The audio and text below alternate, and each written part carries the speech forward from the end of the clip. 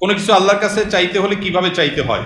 অনেকেই আছে নির্দিষ্ট করে নাম উল্লেখ করে কিছু চায়, যেমন আল্লাহ আমাকে এই চাকরিটাই দেন, আমাকে ওই মেয়েটার সাথেই বিয়ে দিয়ে দেন, বা আমাকে ওই বিশ্ববিদ্যালয়ে চান্স পাইয়ে দেন।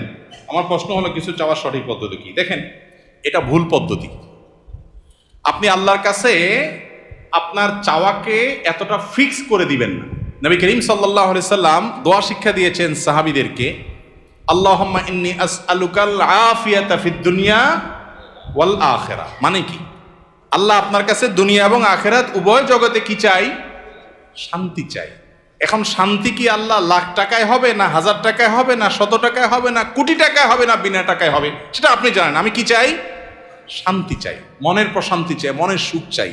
এই জিনিসটা আপনি আমাকে কিভাবে দিবেন আপনি জানেন। আমার শান্তিটা দরকার। আমার শান্তির জন্য যদি কোটি টাকা দরকার হয় তো কোটি টাকা দেন, কি লাগবে সেটা আপনি জানেন। কিন্তু আমি কি চাই? শান্তি চাই। এই যে ফাইনাল গোড়ার জায়গায় হাত দেওয়া, এটা হলো বুদ্ধিমানের কাজ। আর কোরআনেও আল্লাহ তাআলা শিক্ষা দিয়েছেন, আল্লাযীনা ইয়াকুলুনা রাব্বানা আতিনা ফিদ দুনিয়া হাসানা ওয়া ফিল আখিরাতি, যারা আল্লাহর কাছে দোয়া করে বলে, হে আমাদের রব, আপনি আমাদেরকে দুনিয়াতে কল্যাণ দান করেন, সুখ কল্যাণ ভালো দান করেন। এ ভালোটা কি দিয়ে হবে আমি জানি না। আমি কোনো মেয়েকে দেখে বা তার সম্পর্কে জেনে শুনে আমার মনে হয়েছে এই মেয়েটাকে আমার জীবন সঙ্গিনী করতে পারলে বোধহয় আমি সুখের সাগরে হাবুডুবু খেতে থাকবো, আমি বোধহয় সুখের আকাশে ভাসতে থাকবো এই মেয়েটার সাথে বিয়ে হইলে। বেশিরভাগ যুবক বয়সে শয়তান এ ধরনের পাগলামি মাথার মধ্যে চাপায়। মনে হয় যে এটার সাথে বিয়ে না হলে আমার জীবন পুরোটা বরবাদ হয়ে যাবে, তছনছ হয়ে যাবে, শেষ। ডিপ্রেশন, আত্মহত্যা করে ফেলতেছে, শেষ হয়ে যাচ্ছে, জ্বলে পড়ে মরে যাচ্ছে, বুড়া হয়ে গেছে, বিয়ে করে না কেন? কারণ তারে পাই না, এই জন্য বিয়ে করবো। এর চাইতে বড় নির্বোধ আল্লাহর জমিনে আর দ্বিতীয়টা আছে কিনা সন্দেহ।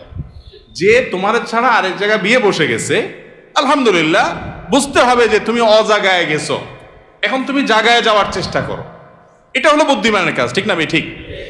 এই জন্য আল্লাহর কাছে এই ধরনের দোয়া করবেন না। অনেকে বলে, আল্লাহ তুমি আমারে 40 লাখ টাকা দাও, আর কিছু চাবো না আল্লাহর কাছে, তোমার কাছে। গরিব মানুষ হিসাব করছে যে আমি 1,20,000 টাকা হলো গ্রামে সুন্দর করে একটা দালান কোঠা বাড়ি করব, বিল্ডিং বাড়ি করব, আর বাকি 1-2 লাখ টাকা দিয়ে একটা মোটরসাইকেল কিনবো, 10-20 লাখ টাকা দিয়ে একটা দোকানদারি করব, আমি বসে বসে খাবো। এরকম শর্টকাট হিসাব অনেক সময় আমরা করি না অনেকে। এই ধরনের হিসাব হলো বোকামের হিসাব। একজনকে আল্লাহ তাআলা একদিনে 10,000 টাকা কামাই দিছে, এরপর তারা আল্লাহ তাআলা এমন একটা অসুখ দিছে যে 11,000 টাকা ওইটাতে বিল আসবে, খরচ হাসপাতালের। আরেকজনকে আল্লাহ তাআলা 2,000 টাকা কামাই দিছে, তার 500 টাকা খরচ আর 1500 টাকা পকেটে রয়ে গেছে। বরকত কোথায় হইলো? ওই 2,000-এর মধ্যে হইলো না? এই জন্য দোয়াটা সেরকম করতে হয়। ওই যে একটা গল্প আপনারা শুনছেন না প্রায় সময়, কোন যুবক নাকি দোয়া করছে আল্লাহর কাছে যে, আল্লাহ আমার এমন একটা লাইফ দাও, এমন একটা জীবন দাও আল্লাহ, যে আমার 2 হাত ভর্তি টাকা থাকবে, শুধু দোনো হাতে শুধু টাকা থাকবে, আর 2 পাশে শুধু নারী আর নারী থাকবে, ভোগের আইটেম থাকবে।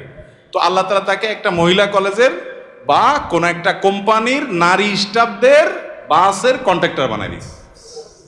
এই জন্য তার হাতে টাকা আর টাকা কন্ট্রাক্টরই করে, টাকাও মানুষের আর মহিলাগুলোও মানুষের। এই যে ভুল দোয়ার ফল দেখছেন, উল্টাপাল্টা দোয়া করছে না? সে দোয়া করবে, আল্লাহ আমি তোমার কাছে শান্তি চাই। এখন কোন মেয়েকে বিয়ে করলে আমার সংসারে শান্তি হবে তুমি জানো।